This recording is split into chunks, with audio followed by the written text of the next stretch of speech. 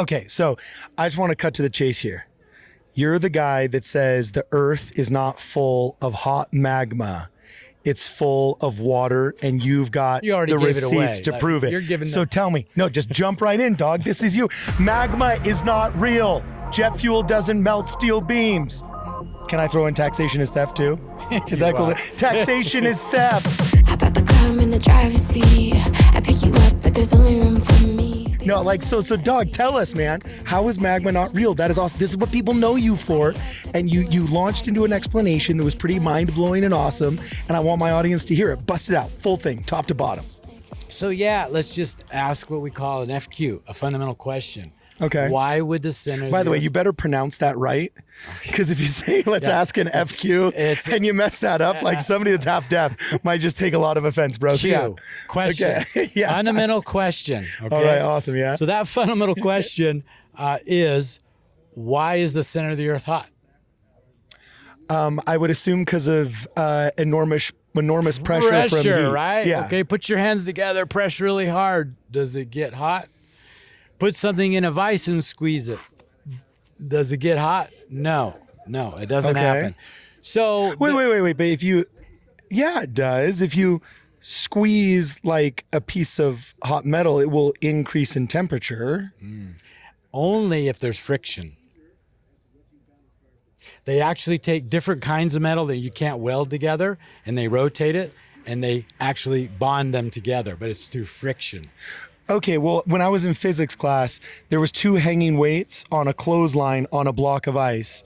And then slowly that clothesline slices through the ice and then re-freezes the water on top. And you watch the metal pass through the ice, thus giving us the physical adage that, quote, pressure equals heat, right? So Pressure by itself does not equal heat. That was friction going on there, okay? As it's going down through it, the ice is melting.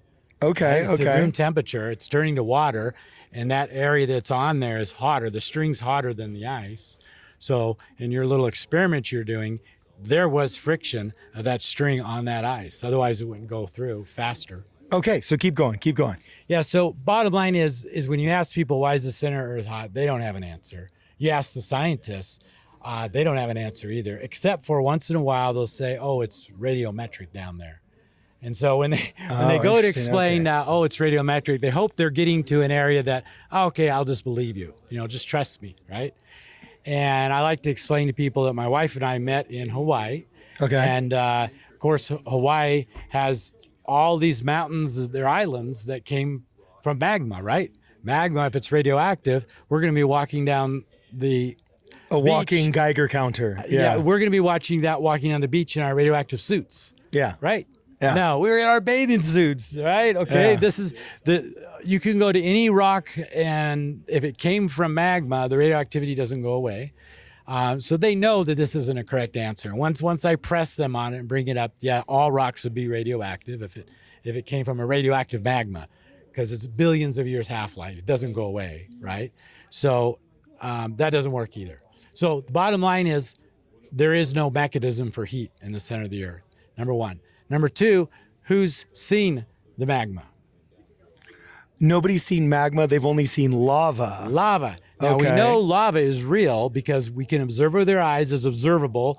In science, you have to have reproducible experiments. Yes. Okay? So you have to be able to go and see and realize that, this is something I can see. If I go to Hawaii, for example, you can see the lava coming out there. You can watch the videos and stuff of it, okay? So nobody's ever been able to prove the existence of magma is what you're saying. Well, the reason they can't is because it doesn't exist. Okay, It's but that also simple. because famously the deepest hole in the Earth's crust ever dug, wasn't it done by like the Russians, and it ended up getting 3 miles thick? It's called Kola. It's a borehole. And that deepest one. In our book, so we have 2 books in universalmodel.com.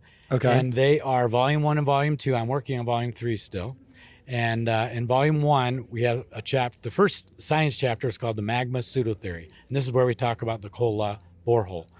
And we pulled all the research up on that borehole and everything they had in there. I have one beautiful quote.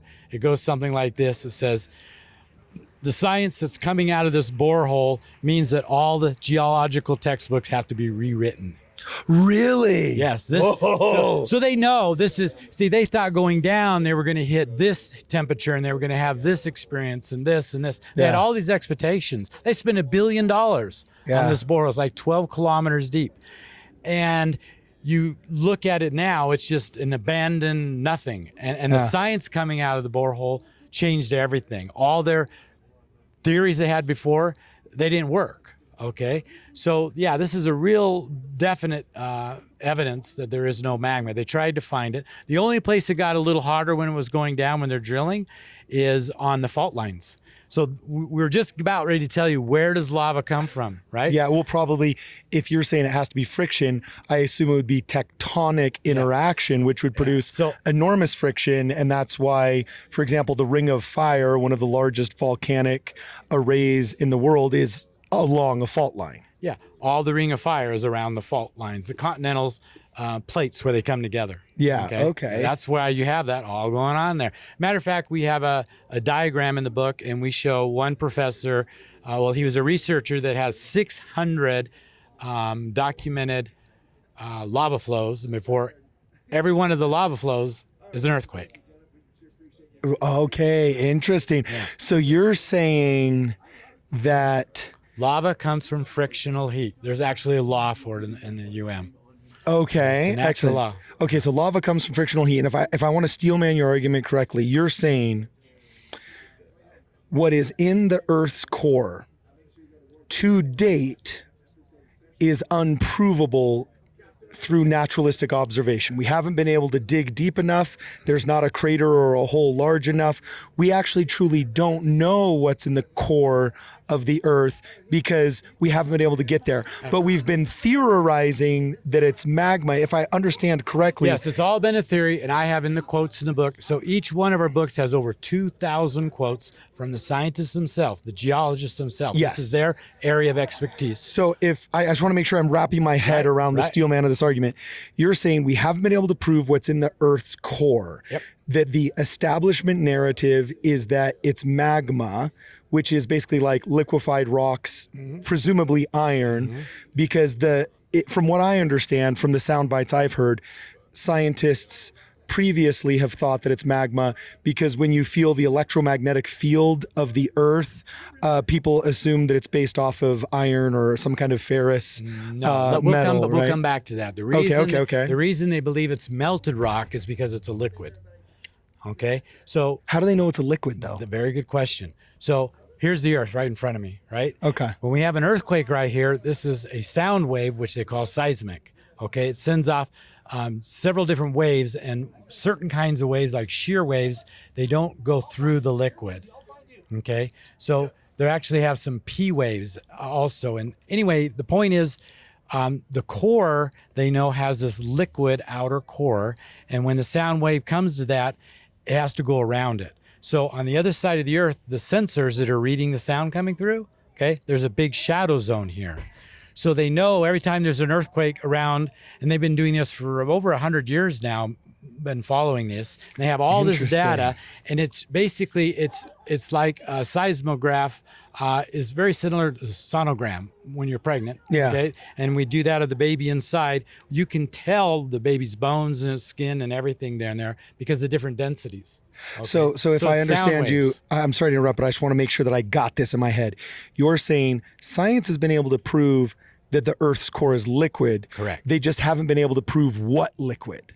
Right. Well, Okay. the outer core is liquid. The inner core they know is solid. Now, ask yourself, when you're at a heat source, okay, and you get farther away from it, does it get cooler or hotter? Cooler. Right, cooler. It's a gradient. And you right? think pressure would make the core even hotter, right? No. Remember, pressure itself doesn't do anything. Okay. The core should be the most melted.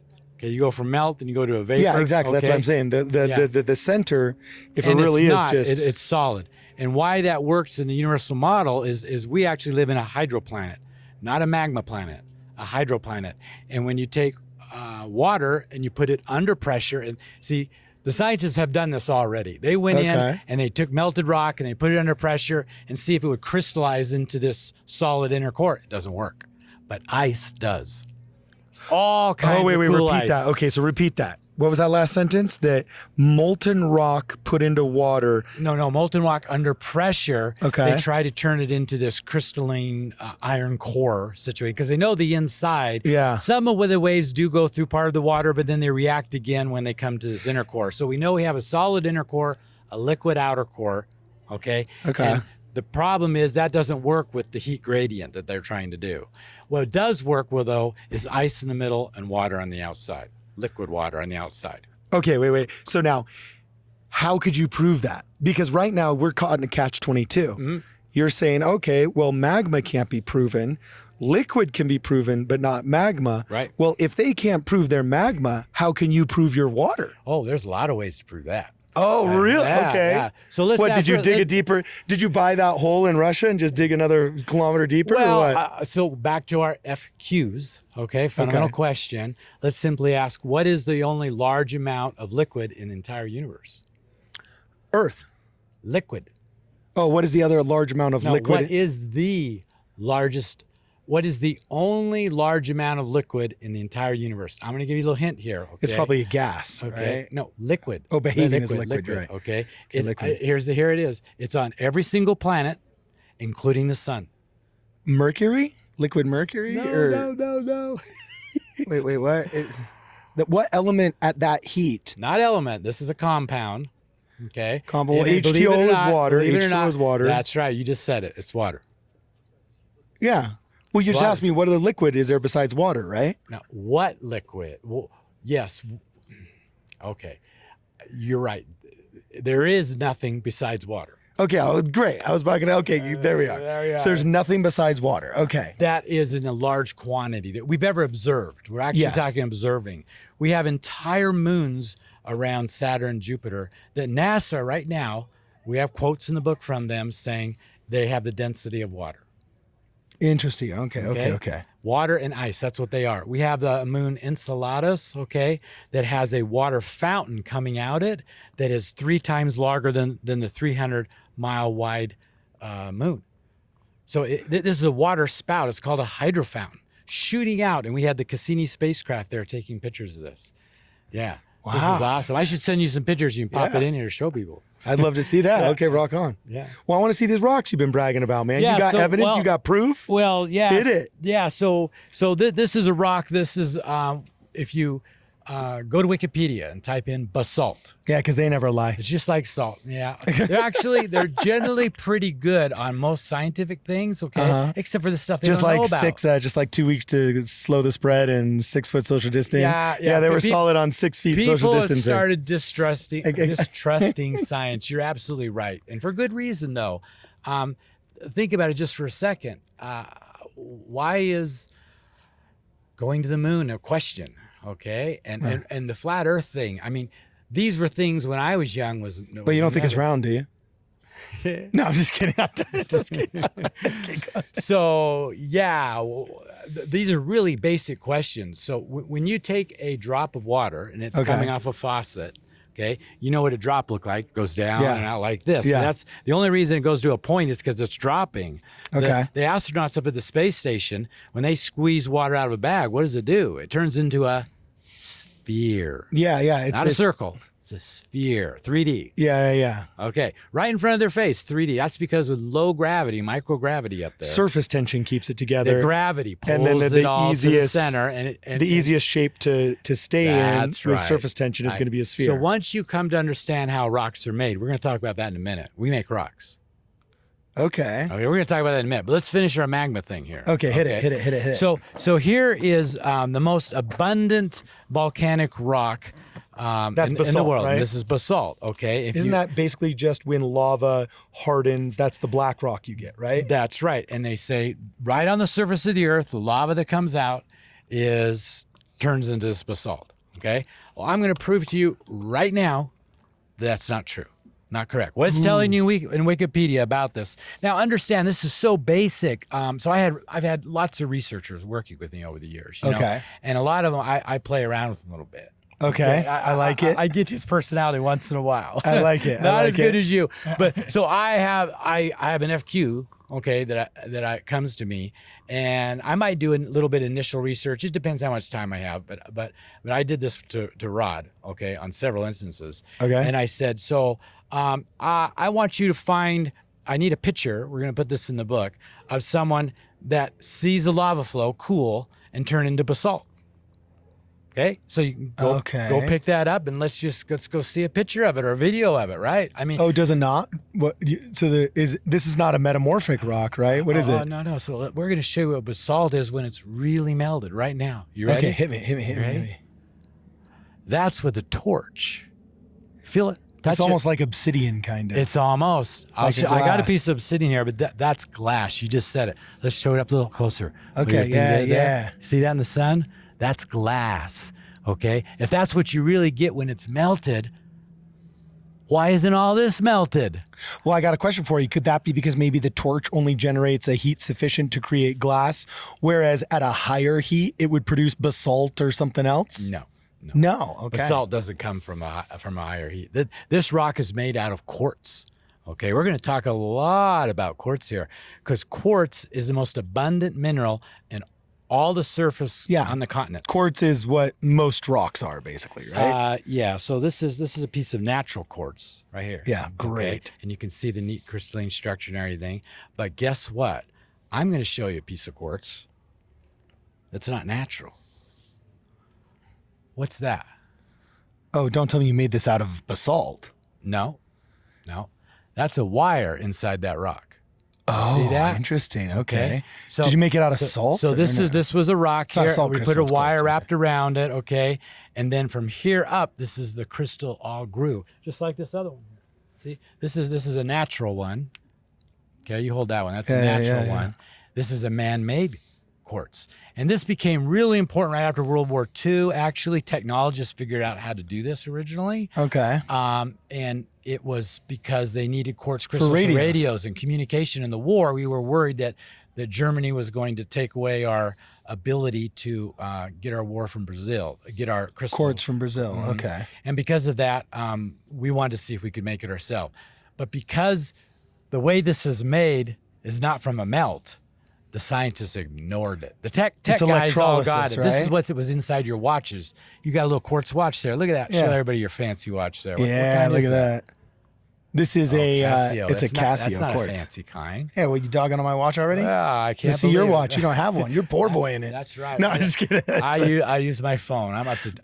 Yeah, you're up to techie. date, bro. Yeah, right. So this is man-made quartz. Yeah, this is natural quartz. So this is man-made. Yeah. It took us 3 years to learn how to do this. This is not something you just go on the internet and find out, but it's really simple when you know the recipe. Once you know the recipe, and this is very important because actually going through the process and making this, guess what is also made out of quartz? Not silicone chips. That's Give me silicone. that. Here, you hold on to that one. Yeah. I'll take back this one. What is that? Looks like something out of Zion's National Park. Petrified rock. I don't know. What is Petrified this? wood. Or petrified wood. That's what I a meant. polished one, kind of, but you can see the rings right in there. Yeah. Show them up on there. See. But isn't petrified wood made out of wood? Nope. Not anymore. It was wood. Now it's made out of quartz. This is a quartz-based rock. Okay. It's made out of this. So the same way you make this, you make this. And I'm going to give you, I'm showing you another one here. So this one, let you see it up there closer on the camera. Yeah. This one right here has a piece of petrified wood. This was a stem, that was cross-cut. A log or something. Yeah. But this is how I figured out how to make the petrified wood. Ooh, okay, yeah. 2 days. We make the quartz crystal. We double its size in 1 day. Oh, interesting. Yes. Okay. So this is quartz and it's chalcedony. It's kind of a swirly kind of quartz. You notice they're right in connection with each other. Yeah. So I have this with all wrapped around the piece of rock that was wood, and now this quartz is right next to it. And I'm sitting there one day looking at this, going, "Wait a minute! If this petrified wood is right here next to this," and I figured out how the quartz was made. By the way, quartz is made under 13,000 psi, 400 degrees Celsius, in an autoclave. So this is a pipe that you have it vertical and you heat the bottom more than the top. So Okay. heat rises, right? Yeah. So it's a convection current, goes like this, up and down, up and Just down. like a convection heater in your house. Yeah. So what happens is down on the bottom of the pipe, you have rock that is literally, well, let's take salt. When you put salt in water, what does it do? Dissolves. It dissolves, okay? So if the water evaporates, does the salt disappear? No, it actually stays in the water. That's why you always have to put reverse osmosis water into saltwater fish tanks, because the salt stays, but the water goes. The salt stays, but when the water evaporates, what does the salt do? It stays in the water that's left. Crystallizes out of solution. Oh, yes, you're right. And this is it gets called- crap on the top of the tank. Yeah, okay. Yeah, this is called precipitation. So if you have a glass, on the inside of it, you literally have the salt, crystallizing on the inside. It's precipitating out of solution.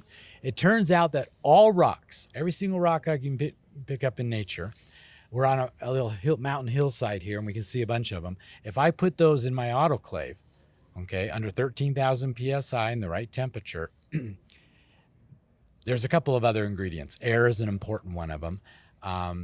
There's also sodium hydroxide. This is a basic, a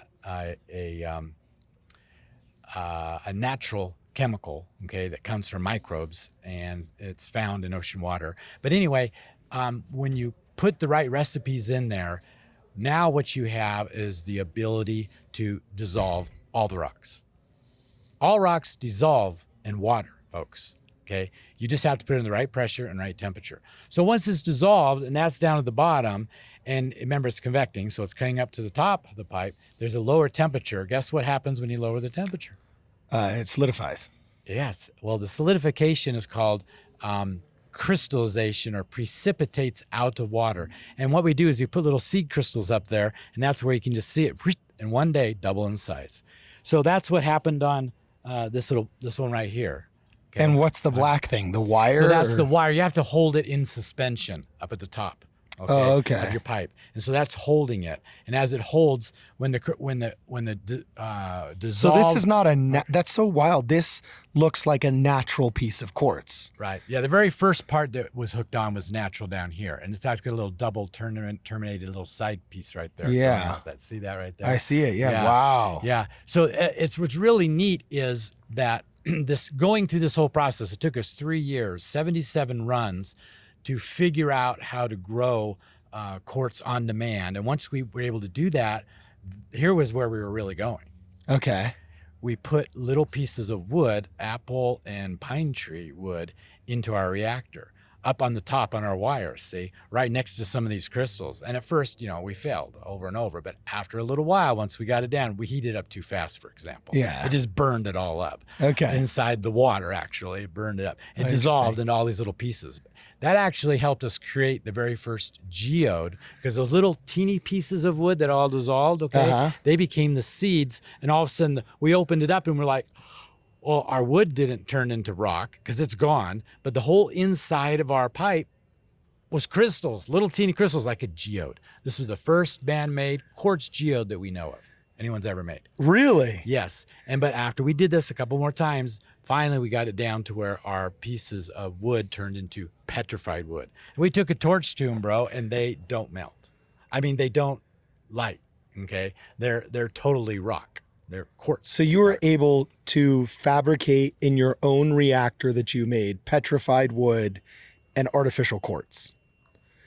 And I don't want to skip too far ahead here, but it seems like you're saying that with your discovery of basically mineral fabrication in your own reactor, you found that all rocks under the right conditions of pressure and temperature will ultimately dissolve in water, just like salt easily dissolves in water. Wow, he got all that. Okay. So if the world were really a voluminous water sphere, and then there was enough miraculous friction applied by somebody we would probably call God, you could explain all the natural geological phenomena on the Earth's crust. Okay, this is Ward Radio, right? Yeah, totally. I got to show you something. Show me. I'm actually. Oh, this is where it gets good, brother. Oh, You sneaky banshee. You didn't think I was gonna wear sneaky the shirt, did banshee. ya? Look at that. Okay, I'm making him feel better now. That's awesome. Yeah. Okay. This is sick. Like Superman. There you go. I like it. I got that from the Republican Trump thing, when Oh. Hulk Hogan was on there. All right. So keep going. Keep going, man. Yeah. So it was that particular rock that gave us the idea how the petrified wood would be made, right? Because the quartz was made right next to it. It was all in the same environment, same stuff. So once we figured that out, we're like, oh my word, this is epic. No one's ever made petrified wood from quartz before that we've ever documented anywhere in the world. Wow. This is incredible. Yeah. Okay. So who hates you? And why aren't you making $1 million for the petroleum industry? No. Well, that's a good question. We actually, we haven't explained why. Oh, there's so much stuff to hear to explain, right? Why this is so important. The petrified wood is the most abundant fossil that you can hold in your hand on the earth, but it's not found in all the layers. We just went to the Grand Canyon. We take tours, okay? Universalmodel.com. Oh, wait, let me guess. Because petrified wood is not found in all the layers, it's probably only found in the most recent top layers, which that would then suggest that the Earth is a lot younger due to crystallization. You're starting to get there. So you're a catastrophist, baby. You better believe it, man. That's exactly right. Jet fuel does not melt steel beams. This is awesome. I love it. Okay. Yeah. But you actually have an observable thesis with a repeatable experiment, which is the essence of the scientific method. So you're not a catastrophist, you're really just a scientist who has a theory. And so the only way we could really advance upon your theory now would be to truly go deep enough in the Earth's crust to hopefully find water, right? So in the book, we have literally more than 100 quotes of different scientists talking about the water inside the Earth. Lots of scientists already figured this out, but there's an agenda in modern science. We haven't really got to that, but the scientists, modern science, and how can science be modern? If it's modern and old, something If that's it's truth, it should be the same. Truth has to pass the test of time. It's the same yesterday, today, and tomorrow. 2 times 3, was it 6 yesterday? Yes. Yeah. 6 today? Yes. You're going to get that, right? And tomorrow, it's 6, right? Yes. Okay. So unless we change to a base 7 system, yeah, at which in the point base it might 10, be a little we're bit different. Okay, that's right. That's right. For us in a base 10, that's the way it is. Yes. But here's one that doesn't change at all. You're a living human being, right? Yeah. What living human being doesn't have water in them? We all have at least 70% of water in us. So there's another truth that was the same yesterday, today, and tomorrow. So this is very important. Truth is knowledge of what is, was, and will be. The only place you will find that, okay, is in the universal model. But guess where that came from? D&C 9324. Get out. We're on Word Radio here, so I can. Yes. I usually, when I talk science stuff, I don't have to bring any religion into this at all, but Okay. I'm going to for you. Hit it. And so D&C 9324 is truth is a knowledge of things as they are, as they were, and as they are to come. Joseph Smith gave us the single sentence of what truth is. I went online, I graduated BYU, right? And I was there when I was a freshman, and I had this fascination. I wanted to know what truth was and who else knew what truth was. And I remember going to the library there, and they had all these big, huge dictionary books, right? From way back when. Yeah. And I went in and went through all of them and looked up what truth was in every one of them. The closest one that I ever came to was Noah's Webster's, dictionary. But he still doesn't have Joseph Smith's one simple answer. The Bible doesn't tell us what truth is. You have to go over here and see Christ is truth, right? And then you have to say Christ didn't change yesterday, today, and tomorrow, right? Yeah. But you have to kind of combine the stuff. There's no definition of truth in the Bible. This is the one. If you were the Lucifer and had one word to take out of the LDS dictionary, what would it be? Go straight for the throat. Because Truth who is itself. truth? Yeah, God. exactly. Okay. Matter of fact, The enemy of what you're trying to do. that's Yes. exactly right. And that's what he did. He took it out of the Bible. Remember, a lot of precious things were taken out. Okay, and Joseph Smith's definition was what again? Truth is the knowledge of things as they are, as they were, and as they are to come. D&C 9324. Okay. So this is why truth is so important. How do you know the true definition of any word if you don't know the definition of truth? Exactly. Okay, so this is really critical that UM brings this up. Matter of fact, since we're kind of on this subject, Hit it. if you go to our introduction chapters in the very first volume, you're going to find for the first time a definition of knowledge and wisdom that you won't find anywhere else in the world. Okay. There's only 6 questions that can be asked. Okay. What, where, when, who, how, and why. Okay? What, where, when, and who are knowledge questions. Okay. They're physical. Those are all physical things. How and why is an explanation. Okay. They're intangible things. You understand and describe knowledge because it's physical. You only explain and comprehend wisdom because it is intangible. Now, when you understand the glory of God is intelligence, right? Yeah. That's what BYU had for its motto for years and years and years. Yeah. It was its motto. They left off what intelligence was, the second half of the scripture. The glory of God is intelligence, or in other words, light and truth. Now, we know what truth is by Dean C. 9324. Truth is knowledge. What's the light? Can you touch the light here right now? No. It's the intangible part. It's the wisdom. You grow, your intelligence increases. The glory of God is intelligence, bro. Your intelligence increases when you increase your knowledge of physical things and can explain them with wisdom, the intangible. Wow. This like you're going straight beyond the naturalistic into the religious to into the very abstract itself. The universal model is truly universal. It covers everything. Wow, this is intense.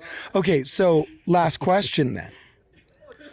What is the motive of the establishment scientific community and academia to preserve the narrative of iron and magma and a hard core of the earth over the liquid model that the universal model suggests? What's in it for them to preserve that narrative? Yeah, it's a great question. So what's Because by the way, I know that you're both wrong, and it's where King Kong lives. Okay. So you know what I'm saying, but So yeah, let's go to what's modern science agenda. So we don't have to wonder about this. They took their own survey. We document this in the universal model by 2 different journal articles, and what they did is they found out that the scientific leaders, more than 9 out of 10 of the scientific leaders, acknowledge themselves they're agnostic or they're atheist. yeah. So this is the problem. They don't believe in God. They can't even look for God. Why? Because we just said it. God is truth. And if you don't believe in a God, you can't believe in truth. And guess what? So it's like trying to run a marathon with only one leg. You're never going to get there. With no legs. Okay. Okay, with no legs, yeah. Because the reason they can't look for truth is because that's looking for God, and it's just the opposite. Let me give you an example. In your life, your parents or grandparents, have you heard of one new natural law? We're talking like Newton's law of gravity. Gravity being Okay, so 9.81 meters per second. 9.8 meters per second. Very good. 8.1. Oh, 8.1. I am impressed, okay? Very few people I mentioned that get that, okay? When I drop a rock, it falls at 9.8 meters Actually, you know per what's kind of second funny squared. is it's 9.81 in America, but I think it's 9.82 in England because a lot of people suggest that the core of the rock that England's on in comparison to whatever sandy loam it is, right? It doesn't have to do something with the gravitational pull. It's altitude. Okay, it's altitude. That was it. Okay. If you go up on a higher mountain, it drops not as fast. So you come down to sea level, it drops a little faster. So this is all measurable. But in the same location right here, so just so you know, I went in and tested the law of gravity. Okay, with my researchers, we did thousands of drops. Okay, in a vacuum. This is not easy to do with 2 different lasers and testing it to see if things fall at the same rate. And it wasn't just a rock or a piece of metal. We dropped oil, we dropped water, we dropped everything. And after a while, I finally figured out, wow, I could replicate what's happening in a vacuum if I use a ball. I used ping pong balls, and I started filling them with all this different sand and substances, oil and water and everything, and dropping them and measuring them that way. I could even do way more because inside a vacuum, it's pretty difficult. Your release mechanism has to be just right. But guess what? as far as I could measure in significant figures, they were the same every time, in the same location, and at the same temperature, because your air Yeah. had to be at the same exactly. density, right? Yeah. Okay, so see what we did was we proved something. That's why I can tell you the exact microsecond something's going to hit the ground, if I know how far up it is. Yeah. Because of the law of gravity. Well, in your lifetime, how many natural laws did you learn in school? Did No, your no, parents it's been the same since Isaac Newton. Yeah, okay. And all he was 300 doing was documenting what has always been the same. Yeah. So, Newtonian so mechanics. let's ask haven't the changed. question. In the last 100 years, Actually, no, I take that back. No, in the last 100 years, we developed the theory of relativity and quantum mechanics. Ooh, notice you call it a theory. They don't call Well, it not a the law. theory. No, because we've proven relativity through atomic clocks. They've flown 757s. We'll have to talk about that probably when you have more time. Oh, We got taxation is theft. we got to do a whole nother one on E does not equal MC squared. Oh, man, Okay. you are going after the king. That's So right. you better not miss. Yeah, Wow. no, All right. no. Okay. So remember that everything from nothing. A good half of those things came from Einstein and his stuff and all that. So we'll have to talk about it another time. He was a relatively humble scientist that was down with some good theoretical fisticuffs, right? Yeah. So it was a theory of relativity, not the law of relativity. There is no law in it. Okay. And Interesting. So here's an easy way to understand that. If you've taken a physics course, you know that F equals ma is something that's easily you do. Force equals mass for. times acceleration. Right. Yes. Okay. You can do easy experiments for that. Yeah. How many experiments did you do for E equals mc squared? Deep calculus. Zero. Yeah. Okay. Zero. Okay. There is none. I just cheated and I got I didn't cheat, like not that kind of cheating, but I would just schmooze the professors and make a film out of the theory, and then they'd give me a good grade as thinking out of the box, and then all my poor friends had to actually study. But anyway, keep going. So E doesn't equal mc squared, and there's multiple reasons we demonstrate that and prove that. But we'll come back to that one another time. So, but back to my question on natural law. So today, do we have less scientists or more scientists than 100 years ago? We have more weak sauce scientists. Way more people scientists, bro. masquerading as science. Yeah. Scientists. Way more scientists. Okay, we pay them. But the days of Heisenberg are over, man. Although that one mathematician guy that's totally chopping it up right now, he raises my eyebrows. I can't remember his name right now, of course. But anyway, keep going. So what about money going towards science? Less or more today than 100 years ago? More towards Way soft more. sciences, not enough towards good hard ones. Okay. And what about technology? Do we have less science than 100 years ago, or do we have more today? It depends on what you call science. If science means war, then we have tons of research and development. But okay, I see where you're going. So we have way more technology, way more money, way more scientists. Why don't we have more new natural law? We actually already explained this a little earlier, because they can't even look for it. A natural law is a statement of truth. When I drop something, it doesn't change. That's why it's a law, a natural law. See, that's why it's true yesterday, today, and tomorrow. That's why they can't look for truth. So there is no natural laws. So what's the fix, man? The universal model. Go grab me a book, please. I need my book. Somebody be helpful here. Don't just sit there looking good. Volume 1 and Volume 2. Okay? So what's the fix? Do we usher in a theocracy and then say you have to have a temple recommend to be a scientist, or what? Each one of these volumes has about a dozen new natural laws in it. Okay. And my volume 3 actually has 24. Yeah. Wait, new natural laws? Oh, Yeah. hardcover. Do I get to keep this? I'm asking you on camera, so you have to say yes. Maybe I have to say yes. Because this looks like an expensive book. So is that a yes? Thank you. If it was university, it'd be really Nice. expensive. So this first one sees the Earth system. Hold up so I can see. Oh, okay, This one cool, here's cool, the cool. Earth system. So this is how you make rocks in this one. It's how the Earth was formed, out of water. Okay. Okay. And then this one is the living system. So this one actually goes into the age of everything, how we know the true age of everything, and then how fossils are made because they were living at one time. Then we get into evolution and actual laws of life, because evolution is a pseudo theory. You didn't know it. Ever heard of a pseudo theory, have you? Oh, dude, I know what a pseudo theory is. Oh, I yeah? lived through COVID. It's a false theory taught as fact. And so we coined the term years ago. 2 weeks to slow the spread, 6 feet, social distancing. It came from the bats in the wet market. Yeah. Trump had it right all along, bro. Yeah, rock on. So is he a universal model catastrophist too, bro? You know, we're gonna. He have has to pronounce 2 Corinthians properly before we can quite call him a he's universalist, not a reader. right? He's not really a reader. I don't think he could read this, but This is so awesome. I am going to get oh yeah, an he audio. could. He could read it and it would be awesome. He would say the Earth's magnetic field, pseudo history, essential to all life. All life, very important. Life is very important. The event. I'm just kidding. It's No, that is how you do it. Probably. It is I agree. awesome. Yeah. I'm going to send him a copy. So, yeah. So this is really hardcore. It's written for everyone to understand. It's not hard. Okay. Oh, you just passed. That's the only crater in the world, and we demonstrate this in the book. That's actually an impact crater. It's called Warbar crater. Those are the best pictures. Hold it up. Yeah. Those are the best pictures on the internet of Warbar crater. The reason I know, Because you went there. no, but I got it from a scientist that was there when they actually pulled out the 2 meteorites that were in the crater. He was actually there and took these photos and let us use them. And nobody else has those. They're private, and they're not in the internet anywhere. But that's the only. You know why that crater is an actual impact crater? Besides, they found meteorites inside the crater. Okay, why?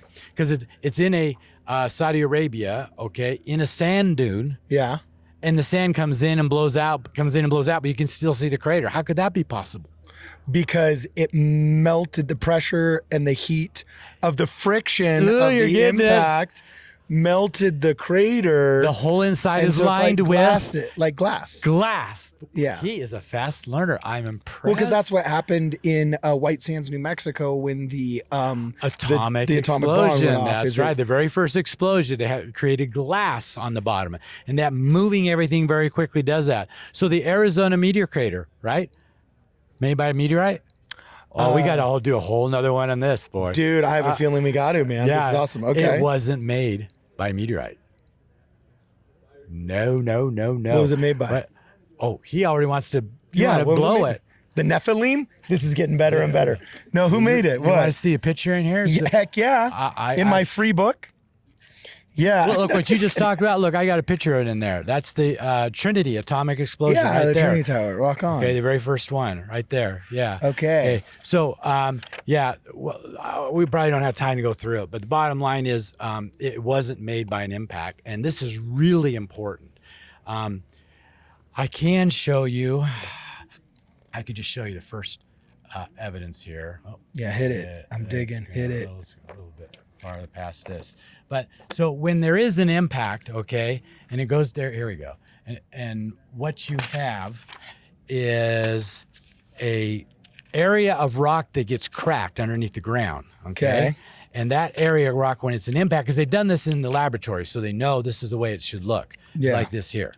Okay, hold that up for me. Yeah. Gotcha. Okay, so it should be looking like this. See, this is a bowl shape.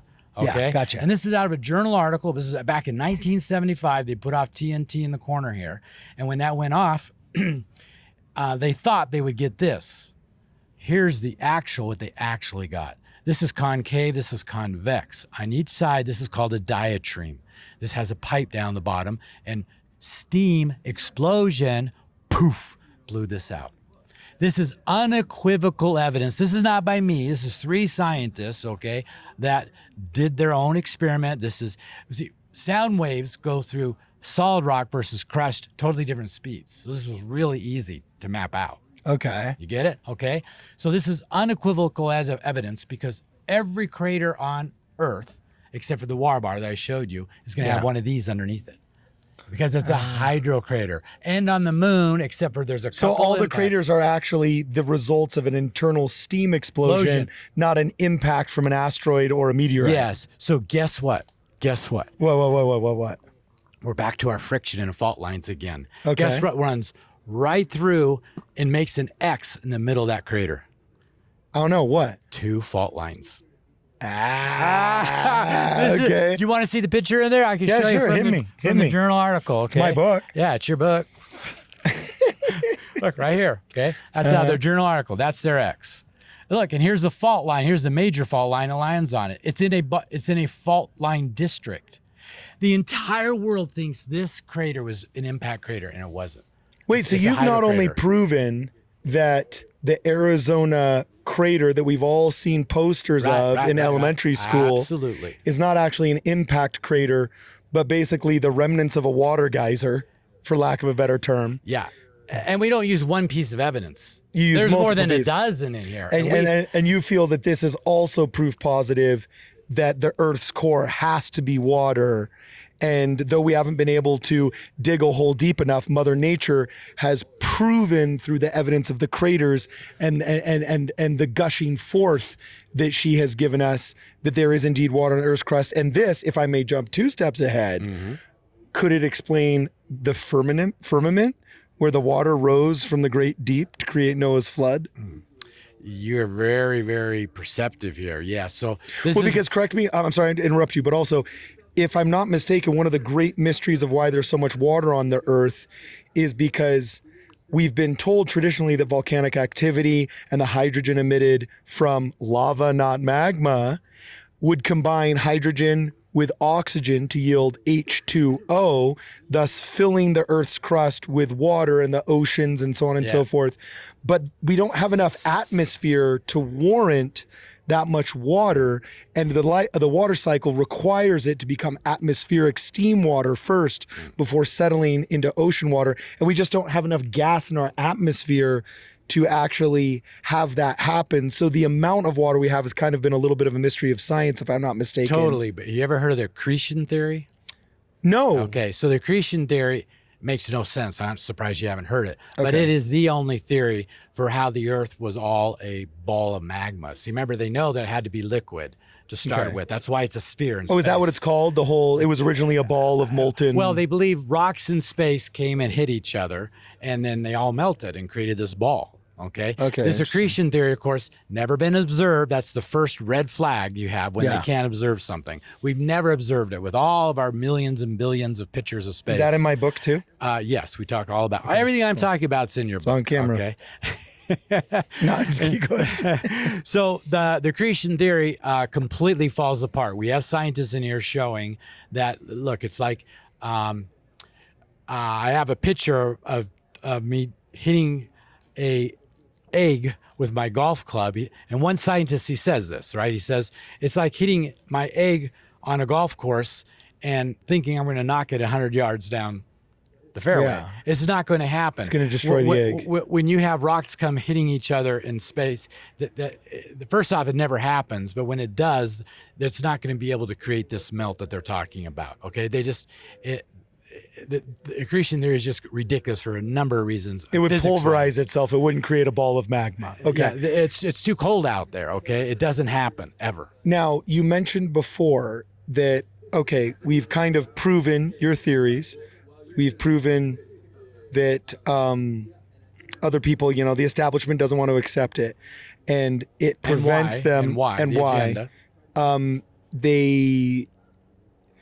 And you said that basically this keeps them from being able to pursue truth, but you've come up with new natural laws, new observable natural laws. Yeah. Like what? Like telekinesis? Are you saying this is how they built the pyramids? Because I figured out how to lift rocks like Jean Grey. We actually talk Jean about Grey from X-Men. In volume 2 here, we actually talk about how the pyramids were really made. Okay. Oh, well, I don't have that free book yet either. No, No. Cool. I'm loving this. Can you write number 3? I'll stick it right here. When he gets done. Okay, right? when he gets done. Yeah, all right, so hit me. Actually, the pyramids are not made by the cutting out of these large rocks and taking them up the by scales. Slaves with copper tools on reed boats. No. Yeah, okay. It's not very well known. We actually have the quotes of researchers that actually went out there and they've demonstrated. Not very many people know about this, but they actually demonstrated that these rocks were made in place. Okay, made in place means they were formed. This is why you can't stick a knife between any of them. And they don't find any chiseling tools, any metal tools or anything, which they had. Just like your electrolysis in your reactor created the quartz, you're saying the limestone was made in place? It's not electrolysis. Or not electrolysis. That's running electricity through water. Yeah, you're right. I misspoke. But just like your experiment, I should have said. It's called a hypertherm.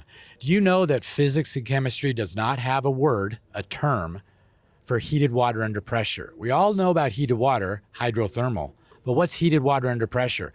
I called up a bunch of scientists and asked them, what's your single word for heated water under pressure? They don't have one. They have ignored the way rocks are made so completely that they don't even have a term for how they're all made, which is in heated water under pressure, a hypertherm. Hydro is high, pre is pressure, and therm is thermal. So a hypertherm is what the environment is they're made in. Very so important. the woke scold steal words, but you make them. We have to make them. Yeah, Yes. rock on. And we got dozens of new words in here because we have dozens of new natural laws and new experiments and new things that have never been observed before. Okay, so to wrap this up, we're at the firm conference here. All of us are believers and so on and so forth. How does this tie in? What do we do with this? How does this change our daily lives? Do we just walk around knowing what we already knew, that we're smarter than the scientists? No, I'm just kidding. But like, what do you actually do with this information? Yeah, well, since it's word radio, let's assume some of the people on here go to the temple, like we're supposed to, okay? Cool. And so I'm gonna ask you an important question because I love to ask anybody, but especially I pay my religious tithing. people that believe in the Bible. The first verse in the Bible says, "In the beginning, God created heaven and the earth." Yeah. Right? And so I like to say, okay, if he created heaven and the earth in the beginning, what was the substance he first made from? He took unorganized matter and organized it into what? And people start going like this. You can see them thinking in their brain. And unfortunately, some of the pictures we see aren't really the best thing to. The words are good, okay, in the temple, but not some of the pictures. Wait, so you're saying even the temple department's got it wrong in their murals on the wall because they've bought into the evolutionary. The slides. Oh, they're a bunch of sellouts, man. Normies. No, I'm just kidding. I'm totally just kidding. Okay. But we're going to go, are we going to send them a book and fix it? We're all growing, okay? We're all learning. Nobody has all the truth. Oh, of course, None of us course. does. Okay, so here's the point. Even Joseph Smith, I mean, did he make any mistakes? Oh, of course he did. He admitted to it. It's in the Doctrine and Covenants. Yeah. How does that testify that he's a prophet? I mean, how much more do you have? When's the last person that's trying to say they're a prophet is writing all the mistakes and sins that God says you did in your scripture? Yeah. I mean, come on, okay? Yeah. So, in the beginning, God created heaven and the earth. That's the first verse. And after I ask him, what did he make? Well, it's in the second verse. Yeah. Very few He people separated the light from the darkness. No. In the beginning, God created heaven and the earth, Yes. and the earth was without form. Form and void. That's a solid, okay? Yeah. So it was not a solid. It was without form and void, and darkness reigned upon the face of the deep. In Hebrew, deep means oceans, and the Spirit of God moved upon the face of the waters. In the beginning. Oh, dog. Look at this. Yeah. This is a quartz crystal. Yeah. Now tell me what's in that quartz crystal, right there. Holy crap, there's water. What?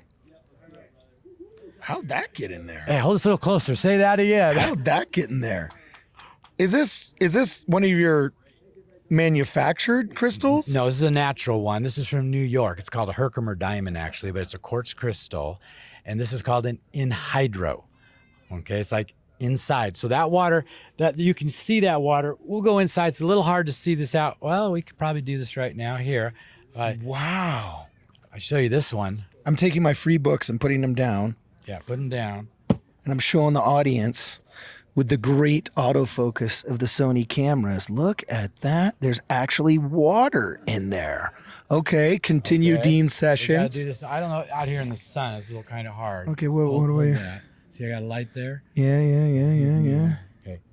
Get out of town. Whoa. You see it all in Do there? I see it all? Are you kidding me? Holy There's more crap. water. It's like a and rotten air. egg inside of there. That's right. There's more water and air inside. That's the a heck? geode. Has more water and air than it does Oh my quartz gosh. in it. Take this. I don't want to drop it and have it like all, hey, have you ever tasted this weird water? Like drilled in and then Yeah, they actually have. It's salty. it's salty, huh? Yeah. Wow, look at that. We're going to have to actually do that. You know what? Give me your iPhone. Give me your iPhone with a light on. I'm going to do that for the cameras really fast. It's going to be great. Here, hold mine. Okay. Yeah, it's on. Okay. Okay, so I hold don't- mine. All right. I don't know if you're going to be able to do that for them to see because you have to have it really dark and you have to hold it up. You have to hold it up like this. Yeah, There you okay. go. Now you can start seeing it. Yeah, look at that. Whoa. Can you see it wiggling? There you go. There's Yeah, it right that's there. cool, man. Oh, All that's right, great. okay. All right. Okay. So this is literally the Earth. Okay. In micro, okay? The inside of the Earth has all this water in it. And this is really, really important because... You can pass by, Rod, if you got to pass by. Listen up to this guy. Listen to this. This is the dean of science you're talking to here. So enjoy Yeah. what you're about to be have your head explode. Yeah, you don't think that you don't think we actually made it to the moon, did you, Rod? That was all Stanley Kubrick and I don't know. Maybe the green screen back in those days. That was a little harder deal, man. you can hear the water. You can hear it. Wow, holy smoke. Put the good work, brother. Thank you, my man. Look at you can hear it. Wait, actually no, the microphone's here. Yeah, the microphone's Look. here. I'm shaking it like shaking my moneymaker. I don't know. Or your moneymaker. I don't know if they'll be able to hear that. But yeah, so literally this is the second verse of the Bible, remember? Yeah. And the very end of it, it says, and the Spirit of God moved upon the face of the waters. Wow. In the beginning, water was what he created. This is why the earth is a sphere. Okay? It was made out of So water. you've proven your thesis. This is just a little piece of But what's you in the can't Earth's get model. published though, bro. Is Nature picking you up? Who's picking you up for publishing, Doug? We're already self-published, bro. I've sold thousands of these books. Okay. Okay, all right. But we're not. I really don't go out and do what we're doing here right now. You should. I know. I'm working on volume 3. Okay. Okay. So I'm giving you. Dude, this is awesome. Yeah, I hope this helps your show. Okay, so anything else before we go? Until next time. Okay, exactly. So, guys, let us know what you think in the comments below on this video. Did this blow your mind? Did it not blow your mind? Is taxation theft? All of the above. You know what I'm saying? Let us know what you guys think in the comments below. Dean, thank you very much for hanging out. We're going to put a link to all your stuff. Where can people find you? Universalmodel.com. What's our code? That's not here. It's like Universal You Soldier. can but get Universal 20% Model. off if you use a code. Make it Ward Radio, dog. I need to make one like that. I could do one like that. Yeah, do that. I would have known, but right now I know it's UM Dean. I think it's. We're going to put a link in the description. Whatever it is, we're going to put a link Get in the 20% description for 20% off. Dean, hit it. For this and more, check us out at wardradio.com. How about the calm in the driver's seat? I pick you up, but there's only room for me. Hey guys, thanks for watching the video. Before you go, please make sure that you like the video, share it with your friends, and if you haven't subscribed yet, please let this be the video in which we earn your subscription and that you press the alert button so you're alerted to all of our fun live streams and standalone videos and community posts. Also, if you'd like to help us out, please consider joining the channel. Members get all kinds of cool perks and benefits. They get early access to a lot of our videos and special emoticons and emojis during our live streams and preferential treatment there. It's a lot of fun. Speaking of a lot of fun, we have a super cool Discord. If you'd like to join our Discord, check us out on wardradio.com. There's a link to the Discord there. Also, you can sign up there for our newsletter. Our newsletter is a lot of fun, and you can put your email address in there. And if you'd like to contribute to the program, please consider looking us up on Venmo or on the Cash App. We're on both of those platforms. Also, if you just want to keep watching more content, right about here and probably right about here are going to be some more videos. Please check those out. And as always, for this and more, please make sure that you look us up and check us out at wardradio.com.